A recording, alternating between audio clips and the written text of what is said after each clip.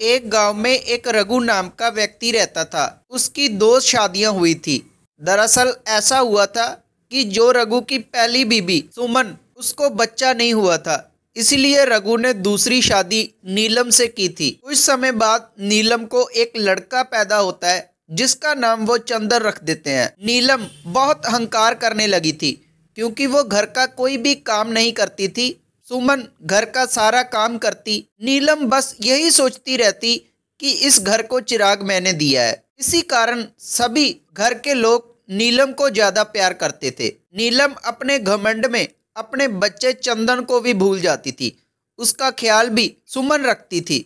नीलम सुमन पर बहुत अत्याचार करती थी, लेकिन सुमन भगवान शिव की बहुत ही प्रिय भक्त थी। सुमन जल्दी उठती, नहाती और भगवान शिव की आरती करती। अब चंदन भी बड़ा हो गया था। चंदन सुमन को बड़ी माँ और नीलम को छोटी माँ बुलाता था। एक दिन नीलम सुबह उठती है और चिल्लाने लगती है और कहती है कि सुमन दीदी मेरे पास आओ। सुमन नीलम के पास जाती है और नीलम सुमन से कहती है कि आज तुमने मुझको सुबह जल्दी क्यों नहीं जगाया? आज तुमने मुझे सुबह चाय भी बनाकर नहीं दी। तभी सुमन जाती है और नीलम के लिए चाय लेकर आती है। नीलम थोड़ी सी चाय पीती है और बाकी की चाय गिरा देती है और कहती है कि ये भी कोई चाय है, इसमें शक्कर कम है। ऐसा बोलकर नीलम सुमन को फिर से चाय बनाने को कहती है। सुमन फिर से चाय लाती है और नीलम को दे देती है। नीलम चाय लाकर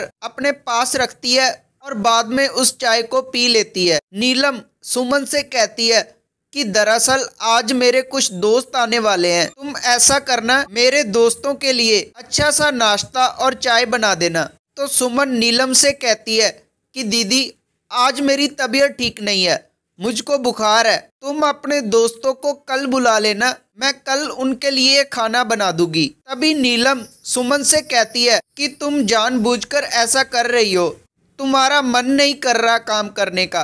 नीलम सुमन से कहती है कि तुम ऐसा मत करो, मैं शाम को तुमको दवाई दे दूंगी, तुम ऐसा करो मेरे दोस्तों के लिए खाना और चाय बनाकर रख दो। सुमन बेचारी उन दोस्तों के लिए खाना और चाय बनाने लग जाती है। कैलाश पर बैठे भगवान शिव ये सब कुछ देख रहे होते हैं। तभी भगवान शिव थोड़ा मुस्कुराते हैं और इतने में माँ पार्वती वहाँ पर आ जाती है। माँ पार्वती शिव भगवान से कहती है कि आप मुस्कुरा क्यों रहे हो? तभी भगवान शिव कहते हैं कि मेरी एक प्रिय भक्त सुमन, जिस पर नीलम नाम की औरत बहुत अत्याचार कर रही है, लेकिन नीलम ये नहीं जानती कि जैसा वो करेगी वैसा भरेगी। तभी माँ पार्वती कहती है कि आप अपनी भक्त सुमन पर अपनी कृपा क्यों नहीं करते? तो भगवान शिव कहते हैं थोड़ा समय और, दोनों को अपना अपना सबक मिल जाएगा। ऐसा बोलकर भगवान शिव अंतर ध्यान हो जाते हैं।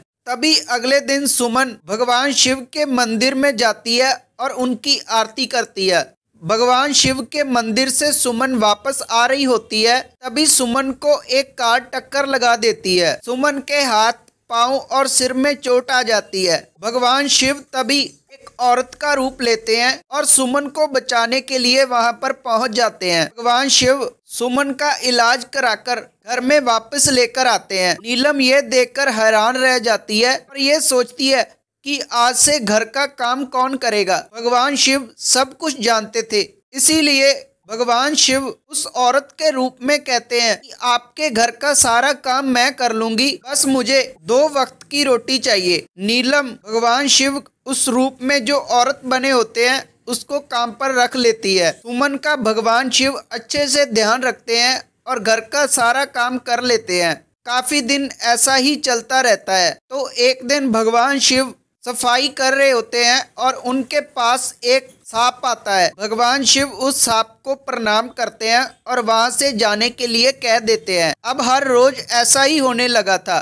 चंदन ये सब कुछ देख रहा था। चंदन सोचता है कि ये कोई आम स्त्री नहीं है। तभी भगवान शिव सुमन के पास बैठे होते हैं और चंदन वहां पर आ जाता है।